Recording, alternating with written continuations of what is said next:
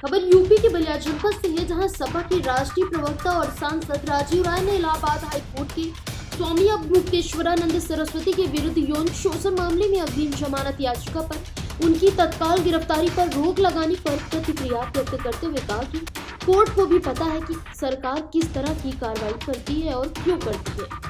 सपा के घोसी से सांसद राजीव राय ने शुक्रवार की देर शाम मीडिया से बातचीत करते हुए इलाहाबाद हाईकोर्ट के स्वामी अवधूतेश्वरानंद सरस्वती के विरुद्ध यौन शोषण मामले में अग्रिम जमानत याचिका पर किए गए आदेश पर प्रतिक्रिया व्यक्त किया है।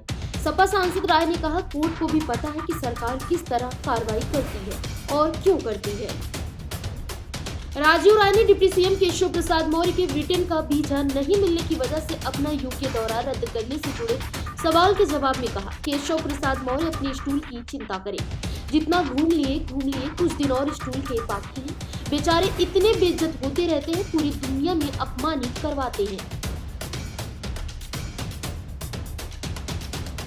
कि चिलकार ब्लॉक में खास तौर से तो पूरे जनपद की है, एक हत्या भी हुई थी और तमाम तरह की आपराधिक घटनाएं लगातार हो रही है, खास तौर से दलित वर्ग के ऊपर।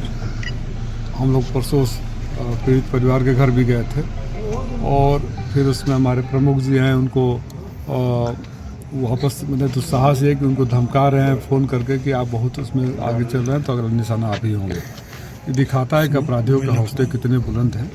उसी सिलसिले में हम सारे लोग आकर एसपी साहब से बात किए, जो कागजात थे कागजात दिए, सबूत दिए, जिस नंबर से फ़ोन आया था उस नंबर को फोन दिया। एसपी साहब ने आश्वासन दिया कठोरतम से कठोरतम कार्रवाई होगी।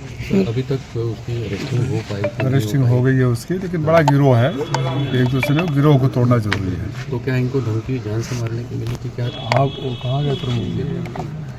हाँ क्या आ जाएंगे तो प्रमुख जी को ही उनको धमकाए थे सब फ़ोन करके कि ज़्यादा कर रहे हो तो अगला निशाना आप ही होगे। तो एसपी सर से एसपी साहब को नंबर दिया गया, एसपी साहब ने आश्वासन दिया है और पहले भी गिरफ्तारी की है कि हम करेंगे। हमने कहा कि एक दो का नहीं, गिरोह जो बड़ा है इसको तोड़ना जरूरी है। कौन से थाना क्षेत्र अंतर्गत ये सब? चिलकार और असाड़ दोनों उससे मिले हुआ है, उसी इलाके में उस है तो पूरे जनपद में। माननीय बैरिया विधायक जी भी बता रहे थे कि उनके इलाके में तो आम बातें हो गई हैं, तो है तो पूरे जनपद में, लेकिन फिलहाल हम लोग उसी घटना के क्रम में आए थे। तो लगातार पुलिस अपराधियों पर इनकाउंटर की बात कर रही है, इनकाउंटर भी सामने आ रहा है, तो क्या लग रहा है कि उस इनकाउंटर का भय नहीं है? हम तो घटनाओं का जिक्र कर रहे हैं, भय होता तो इतनी घटनाएं नहीं होती। जब सत्ता का संरक्षण है ऊपर से और राजनीति करने वाले लोग भस्मासुर पाल रहे हों, तो क्या भय और क्या उसका कंट्रोल। जो सत्ता में बैठे हैं और आज अपराधियों का संरक्षण दे रहे हैं, वो भूल गए कि अपराधी भस्मासुर की तरह होते हैं, एक दिन उनके ऊपर भी ऐसे ही पड़ेंगे।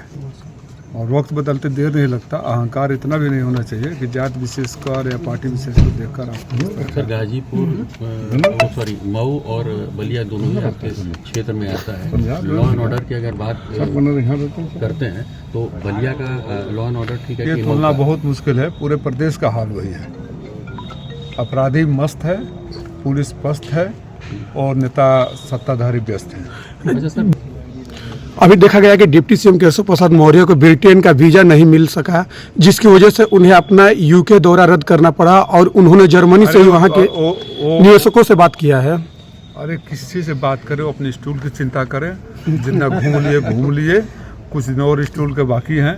बेचारे इतने बेइज्जत होते रहते हैं, पूरी दुनिया में अपमानित करवाते हैं। आपने देखा होगा इजराइल में प्रधानमंत्री जी का नाम लेते ही वॉकआउट कर गए वहाँ के सांसद। ये मामूली अपमान है। ये लोग पहले देश में अपमानित किए, जनता को अपमानित किए और घूम घूम अब देश को अपमानित कर। आजमगढ़ मंडल में देखा जाए तो सबसे अधिक इनकाउंटर, हाफ इनकाउंटर इस जिले में हुआ, बलिया में। तो फिर लॉ एंड ऑर्डर कैसे? बेचारे एक इनकाउंटर होगा, 4 को सत्ताधारी दल लोग पाल रहे हैं, क्या करोगे? फैक्ट्री तो वहाँ है ना, फैक्ट्री से प्रोडक्शन लगातार जारी है। मतलब main factory Bharatiya Janata party सरकार द्वारा संरक्षित है। जिस भाषा को आप न समझे से समझे ना, आंखों से बात जुबानी कह देंगे, बात सीधी सी है। Thank you. फिलहाल इस खबर में बस इतना ही।